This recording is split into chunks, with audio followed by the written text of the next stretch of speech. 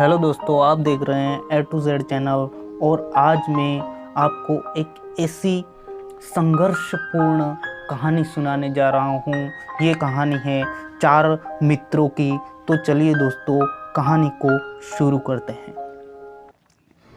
मोहन, छगन, जग्गू और दीपक, ये चारों दोस्त काम की तलाश में धनबाद आए थे। आते ही इन्हें एक खदान में काम मिल गया था। ठेकेदार ने काम के साथ साथ रहने और खाने का भी इंतजाम कर दिया था। इन जैसे ही और मजदूरों के साथ ये भी खदान के पास ही रहने लगे थे।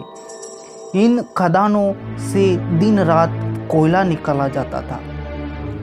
अलग अलग पालियों में ये मजदूर जान की बाजी लगाकर धरती की गहराइयों से काला सोना निकालने का काम करते थे। मजदूरों की सुरक्षा का कोई सवाल ही नहीं था। ये सारे धरती पुत्र धरती माँ पर विश्वास करके उसके गर्भ में उतरते। धरती माँ भी इन्हें सही सलामत वापस लौटा देती। पर ठेकेदारों के लालच के साथ साथ खदानों की गहराई और मजदूरों की जान का खतरा दोनों बढ़ता जा रहा था। धरती माँ अपनी नाराजगी दिखा रही थी। लंबी होती खदानों में आए दिन हलचल हो रही थी। सैकड़ों टन कोयला गिर जाता, टनल धंस जाती, उनमें पानी भर जाता और सुरक्षा के नाम पर केवल कुछ लकड़ी के चाकों से उन गिरती हुई छतों को सहारा दिया जाता, जो असफल सिद्ध हो जाता रहा। बेबस मजदूर सब जानकर भी चुप थे। रोज की तरह ये चारों दोस्त अपना सामान लेकर खदान में जाने को निकले। अपनी बैटरी बत्ती बांधकर ये सब खदान की सबसे नई टनल पर पहुंचे। दगान से कोई टन कोयला वहाँ बिखरा पड़ा था। सामने कोयले की दीवार से पानी का रिसाव धीरे धीरे हो रहा था, जो इन चारों के लिए आम बात थी। पर आज पानी ज़्यादा तेजी से निकल रहा था। मोहन रुककर उस छेद को देखने लगा जहाँ से पानी रिस रहा था। जग्गू अपनी सब्बल से उस पर छत पर लटके हुए कोयले को गिरा रहा था, जिसे खदान की भाषा में छबली कहा जाता है। छत की ऊंचाई 10 फीट के लगभग थी। जग्गू सुरक्षित दूरी बनाकर बड़ी सावधानी से ढीले कोयले को गिरा रहा था। वो रुककर थोड़ा बैठा ही था, फिर जोर की आवाज़ के साथ एक बहुत बड़ी कोयले की चट्टान उस टनल के मुहाने पर गिर पड़ी। बाकी तीनों जग्गू की तरफ भागे। जग्गू सुरक्षित था। कुछ ही फीट दूरी पर वह चट्टान गिर पड़ी थी, जिससे टनल से बाहर निकलने का रास्ता बंद कर दिया। जग्गू ने अपनी सब्बल से उस गिरी हुई चट्टान को तोड़ना चाहा। जल्द ही वे समझ गए कि इसे तोड़ना या हटाना हमारे चारों के बस की बात नहीं है। वे चारों सहमी नजरों से एक दूसरे को देखने लगे। मोहन बोला, इस आवाज़ से माइंस सरदारों को भी पता चल गया होगा कि कहीं फॉल्ट हुआ है। वे जल्द हमें ढूंढ लेंगे। इस बीच जग्गू ने महसूस किया कि आगे की दीवार से रिस रहा पानी अब टनल में जमा हो रहा है। जो पानी कुछ देर पहले इनके पाँवों के नीचे था, अब वो इनके जूतों तक आ पहुंचा है। पर ये आश्वस्त थे कि माइंस सरदार और बाकी लोग इन्हें ढूंढ लेंगे। ये उत्सुकता से मदद की राह देखने लगे। कुछ घंटे बाद एक और जोर का धमाका हुआ सुनाई दिया। ये दगान की आवाज़ थी। दगान ये पाली के अंत में की जाने वाली प्रक्रिया होती है, जिससे विस्फोटकों को कोयले की दीवारों को तोड़ा जाता है ताकि अगली पाली के मजदूरों को कोयला मिल सके। जिसका मतलब था खदान में सब सामान्य हैं। इन चारों के यहाँ फंसे होने का किसी को पता नहीं चला था।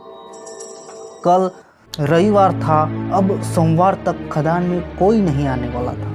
टनल में पानी का स्तर बढ़ता जा रहा था। जूतों तक का पानी अब घुटनों तक आ गया था। अब इन चारों को अपनी जान बचाने के लिए खुद प्रयास करने थे। वरना कोयले की ये बंद टनल इनकी कब्र बन जाने वाली थी। छगन बोला, हमें सबसे पहले हमारी बत्ती को बचाना होगा। चारों में से कोई एक अपनी बत्ती शुरू रखेगा जिससे रोशनी हमारे पास देर तक बनी रहे। सबने अपनी बत्ती बंद कर दी। छगन की बत्ती शुरू थी। तब मोहन बोला, इस टनल से बाहर कैसे निकलेंगे? गज्जू ने कहा, इस चट्टान को तोड़कर बाहर निकलना मुश्किल है। छगन बोला, टनल में पानी भी जमा हो रहा है। दीपक ने कहा, हमें हर हाल में इस चट्टान को रास्ते से हटाना होगा, वरना ये पानी हमें यहीं डुबाकर मार देगा। और जैसा सब जानते थे, यही एकमात्र रास्ता इनके सामने था। सारे दोस्त पूरी ताकत के साथ उसे कोयले की चट्टान को हटाने में जुट गए। उनके पास 2 सब्बल, 4 फावड़े थे। वे बारी बारी से उस दीवार पर प्रहार करते रहे थे। कुछ ही देर में वे समझ गए कि उसे तोड़ पाना इनके बस की बात नहीं। अब वे पानी में आधे डूब चुके थे। भूख, डर और थक के मारे उनका बुरा हाल था। बैटरी भीग जाने से बत्ती की रोशनी भी कम हो गई थी। कम होती रोशनी के साथ बचने की उम्मीद भी धुंधली हो जा रही थी। पानी का स्तर बढ़ता जा रहा था। कुछ देर की शांति के बाद दीपक बोला, हम तो मर जाएंगे यार, चट्टान तो हिल भी नहीं रही, ये पानी तो हमारी जान लेगा। छगन बोला, नहीं, अब ये पानी ही हमें यहाँ से बाहर निकालेगा। तीनों बड़े आश्चर्य से छगन को देखने लगे। दीपक बोला, कैसे? छगन, हम पानी की ताकत से चट्टान के खिलाफ लड़ेंगे। तीनों अब भी कुछ समझ नहीं पाए थे। गज्जू बोला, हम करने क्या वाले हैं? छगन बोला, अब हम चट्टान पर नहीं, कोयले की दीवार पर प्रहार करेंगे, जिससे ये पानी तेजी से बाहर आए और अपने बहाव से सामने वाली चट्टान को बहा ले जाएगा। दीपक बोला, चट्टान नहीं टूटी तो हम डूब जाएंगे। गज्जू बोला, वैसे भी तो डूब ही रहे हैं, पानी धीरे धीरे बढ़ रहा है जो कुछ घंटों में हमें डुबा ही देगा। मोहन बोला, धीरे धीरे मरने से बेहतर है एकदम से मरना। छगन, कोई नहीं मरेगा, इस दीवार के पीछे बहुत सारा पानी है जो इस चट्टान को तोड़ देगा। दीपक बोला, मानो चट्टान टूट भी गई फिर पानी तो पूरी खदान में भर जाएगा, हमारे साथ बाकी लोग भी मारे जाएंगे।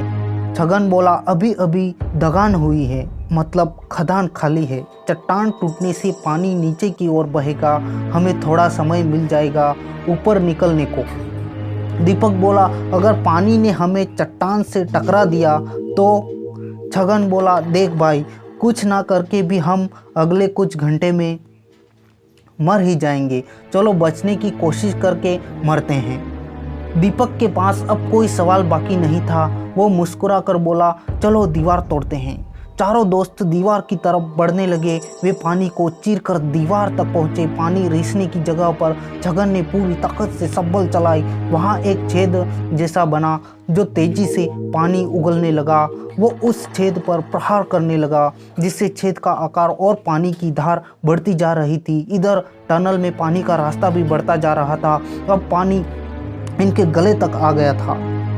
बस कुछ और समय था इन चारों के पास। छगन अब भी पूरी ताकत से वार कर रहा था। रोशनी धुंधली हो गई थी, सांस लेने में भी अब दिक्कत हो रही थी। दीपक जो अब तक इस तमाशे को दूर से देख रहा था, छगन के पास आकर बोला, भाई जरा मैं भी कोशिश करूं। छगन ने उसे सब्बल दी। अब पानी मुंह तक आ गया था। दीपक बोला, भाई झुककर बीच में सब्बल फंसा देते हैं। छगन ने सहमति में सिर हिलाया। दोनों ने एक लंबी सांस ली और पानी में झुककर दीवार के बीचों बीच पूरी ताकत से सब्बल डाल दी। सब्बल गहरे तक धंस गई। दोनों उसे वापस खींच नहीं पा रहे थे। वे पानी के बाहर आए।